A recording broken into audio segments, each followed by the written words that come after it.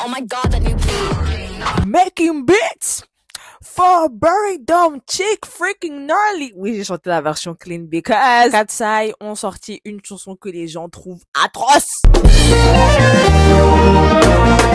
Bon, moi, y a pas de semblant avec moi, je vais vous parler français directement. Moi, la chanson, je l'ai comprise comme une chanson où tu t'ambiances dessus parce que dans les paroles que maintenant on peut tous comprendre, vu que maintenant on comprend un peu tous l'anglais, il y a beaucoup de mots, j'ai remarqué beaucoup de vocabulaire que les jeunes anglophones utilisent, les bails de legit, I'm the gang. En tout cas, beaucoup de vocabulaire utilisé par les jeunes personnes d'internet qui parlent en anglais. Donc voilà, moi je me suis dit peut-être c'est eux la cible et tout. Et là je vois les gens ils ont pas kiffé. En tout cas là j'ai regardé le MV pour vous. Le MV il est très très beau. Mais pour moi la chanson elle me fait plus penser à une intro qu'autre chose déjà parce qu'elle est archi courte, ouais, elle dure 2 minutes. Mais après Katsa ils ont fait plein de chansons de 2 minutes où c'était des chansons et ça ressemblait pas à une intro. Mais là ce qui fait que ça ressemble à une intro c'est le fait que là, elles posent plus sur la chanson qu'elles ne chantent, genre elles font du chant rappé. Dans la production, il y a énormément d'éléments. On peut entendre le genre de la hyper pop, la basse des Royaume-Uni, du Royaume-Uni, il y a de la bass, il y a quoi d'autre. Ça fait un peu trap revisité. Et quand on entend ça, on se dit ouais, ça c'est les chansons pour faire des edits sur TikTok. Pour moi, c'est ça, le petit slash là, le petit bruit de d'épée là. C'est pas une chanson à faire des edits pour faire des transitions là, le slack. I'm legit, hey, I'm legit. Après moi j'ai beaucoup aimé comment Lara elle a posé partout, même la phrase d'introduction de Yoonchi j'ai beaucoup aimé. They could describe everything with one single word. You know? Like, poverty. Je sais pas, et moi j'ai kiffé, j'ai vibe avec la chanson Hardy Hardy. Making beats for burning. Oh, we're on a session tonight. Ça lâche des mots comme gang et tout. Moi j'avoue, côté phrasé sur la musique, ça peut sembler, comment ils disent en anglais, cringe, gênant, je sais pas. Mais moi musicalement, je trouvais comment ils avaient posé ça, ça faisait très artistique dans un sens où ça grésille.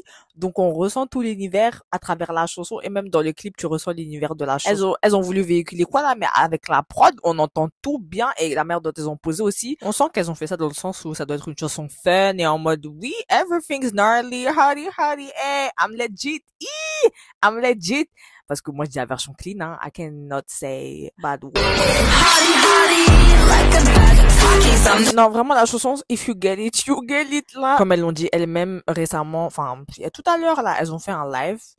Et Megan et Lara et Manon, du coup, elles ont vu que les gens avaient eu des retours assez négatifs concernant la chanson. Elles ont dit, ouais, c'est pas grave, la musique c'est subjectif. If you get it, you get If it. you get it, you get it.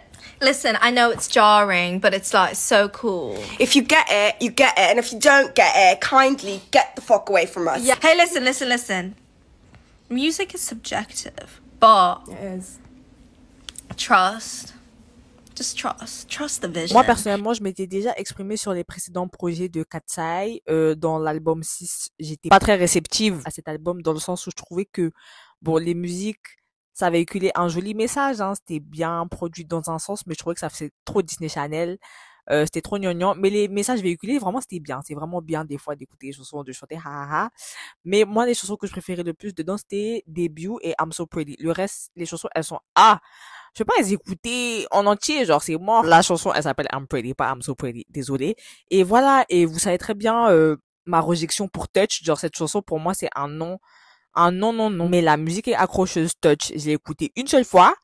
Et après, je l'ai entendu plein de fois, du coup, je la connais par cœur, cette musique. Et ça va faire la même chose avec Gnarly. La musique, il y a 3 paroles dedans. Elle parle en rappant et tout. C'est addictif, comment elle pose. Vous allez kiffer là dans 2 minutes. Après, peut-être ce qui vous attire moins, c'est les gros mots dans la chanson, je sais pas.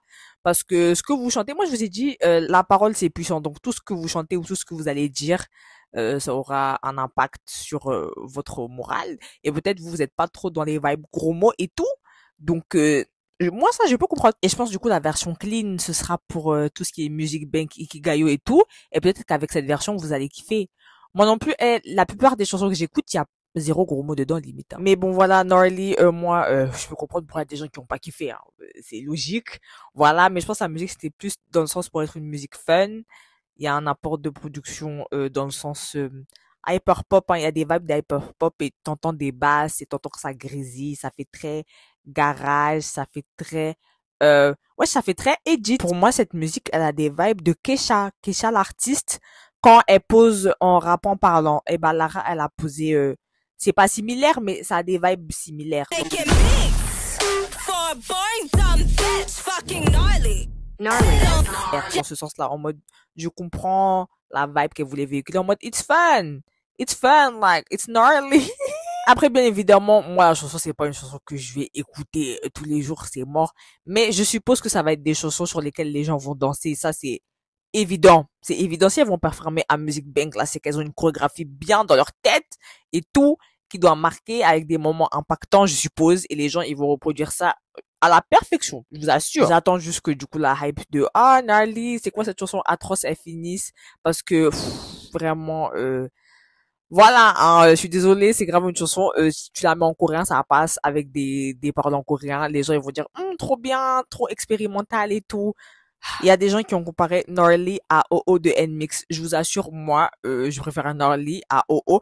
OO, ça n'a rien à voir. OO, il y a une partie mélodie. En fait, il y a deux musiques dans la musique. C'est encore un autre univers. Là, Gnarly, c'est vraiment une musique en mode, hey, je parle sur de la hyperpop et sur de la bass et sur de l'EDM. Voilà, c'est l'EDM. Il y a beaucoup aussi d'apports d'EDM dans la production musicale. Si vous avez remarqué, ça fait très EDM, trap, façon. Ah ouais, donc je reprends. Hey, je parle en rythme sur de la hyperpop façon EDM, trap, façon bass de Royaume-Uni, UK. Le seul attrait musical auquel vous pouvez vous apparenter ou vous sentez vraiment que les cordes vocales elles sont utilisées en chantant, c'est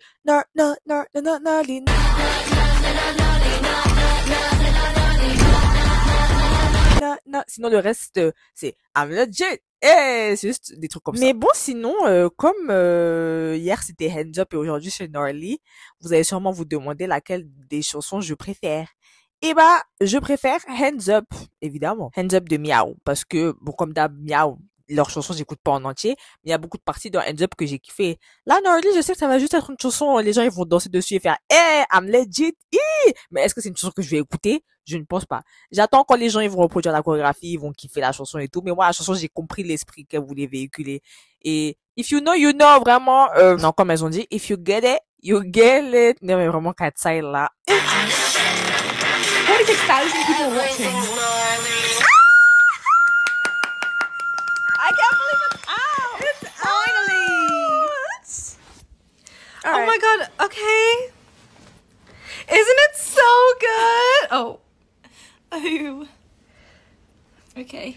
Bon, alors, la cible, c'était qui? La cible, c'était les fans de K-pop, c'était les adolescents sur TikTok, c'était qui? Enfin, et après, parce que je sais qu'il y a beaucoup de petits, en mode des petits, qui aiment Katsai. Donc, ça aussi, peut-être, ça va les atteindre aussi, je sais pas, ils vont, ça va sortir, ça va aller à la radio, cette musique, et elles vont sortir un EP, je sais pas, ou une autre chanson, il y a une chanson qui s'appelle les Gamer Boy, je sais pas. Un truc comme ça. Mais bon, pour moi, là, du coup, elles essayent de faire la balance entre l'industrie, voilà, là-bas, la pop, là, le marché américain là-bas, et encore la K-pop, parce qu'elles ont une clean version, et je sais que la musique, tu la mets en clean version et tu mets une chorégraphie dessus, les gens, ils vont kiffer danser la chanson, je pense. Après, je n'aimais que des hypothèses, hein. Peut-être elles vont aller demain sur Music Bank ou Ikigayo ou Kidea Show, et les gens, ils vont être en mode, mais c'est quoi ça? Mais moi, je pense qu'ils vont kiffer. Vraiment, en plus, comment elles ont de la présence sur scène, comment elles posent sur la musique. Non, moi, j'ai bien kiffé, j'ai senti, on sent bien, c'est tout.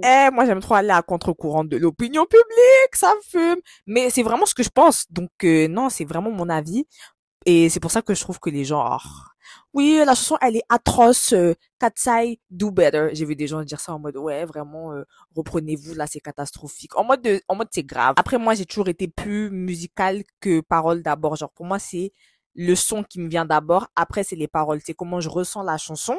Parce que la chanson, c'est des émotions qu'on véhicule à travers des paroles, certes, mais c'est la manière dont tu vas dire les paroles, la manière dont tu vas poser les paroles, la manière dont tu vas produire ta chanson, l'instru, les techniques, tout ça. Et pour moi, la production, elle est bonne. Après, quand tu te penches sur les paroles, ce que ça veut dire, ce qu'elles sont en train de dire, oui, peut-être que, voilà, quoi. Peut-être que c'est bof. Mais moi, je trouve la manière dont elles ont posé, du coup, ça rend bien. Donc, je m'en fiche des paroles de base, je parle pas anglais, moi.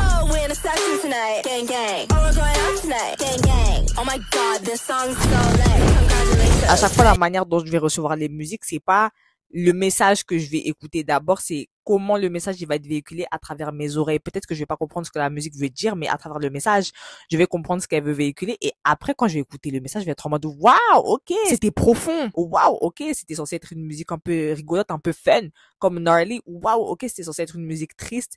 Parce que la parole, c'est vraiment un pouvoir fort, moi je vous dis. Et la K-pop est l'un des nombreux exemples qui montrent que je m'attarde plus sur la musicalité que sur les paroles. Parce que, quand tu écoutes de la K-pop au début, qu'est-ce que tu comprends là? Nega, je suis trop investi pour une chanson qui s'appelle Gnarly, mais parce que j'en avais marre de voir des gens dire ouais, la chanson elle est vraiment horrible, éclatée au sol et tout. Pour tout vous dire, moi aussi je trouve la chanson mid, hein, vraiment elle est mid, mais l'ambiance. Arrêtez, c'est des chansons sur lesquelles ils dansent H24. Nota bene, hein, je m'adresse au public de K-pop stan de TikTok. Mais si demain c'était l'un de leurs groupes faves qui chantait ça, ou je sais pas, Trix 127, Blue Vortex 304 000X. .00000 qui sortait ça et qui appelait la chanson Moshiso Mashita et que c'était un groupe de K-pop, moi je vous assure qu'ils auraient bien graillé la chanson. En fait c'est ça qui me fait rire, mais bon, juste parce que là je pense que les paroles elles sont en anglais, je pense c'est que peut-être il y a des gros mots, je sais pas, des fois les gros mots ça give, hein. Des fois les gros mots ça give, mais bon la chanson là je rigole, hein, je dis ça, mais vous avez le droit de détester la chanson et la musique c'est subjectif, hein. Et si c'est cette chanson que vous détestez, je comprends. Très bien. Je voulais juste relever des points concernant la production, parce que la production, vraiment, non, elle est bien, hein. Mais, je comprends qu'on puisse mal recevoir la chanson parce que, de une, c'est pas entièrement de la pop, il y a beaucoup d'hyperpop, il y a beaucoup de DM trap, des basses UK, suppléments ça grésille, c'est pas très habituel dans les oreilles, et du fait que y ait pas beaucoup d'apport vocal en ce qui concerne le chant, à part Gnarly. Donc peut-être que c'est pour ça que les gens ils ont dit, en plus les paroles elles sont claquées au sol, mais en plus ça quoi. Non, plus sérieusement, moi, de ce que j'en pense, la musique, la musique, je vais tellement pas l'écouter, hein. J'ai écouté une seule fois, mais il y a juste des parties que j'ai retenues parce que je pense que c'était le but d'avoir des parties accrocheuses. Et voilà, que ça perce sur TikTok et que ça marche et tout. Mais moi, j'ai compris l'esprit de la chanson, mais c'est tellement pas le genre de musique que moi j'écoute dans ma playlist. C'est dingue. Voilà, les deux seules musiques de Katsai que j'écoute, c'est Debut et I'm Pretty.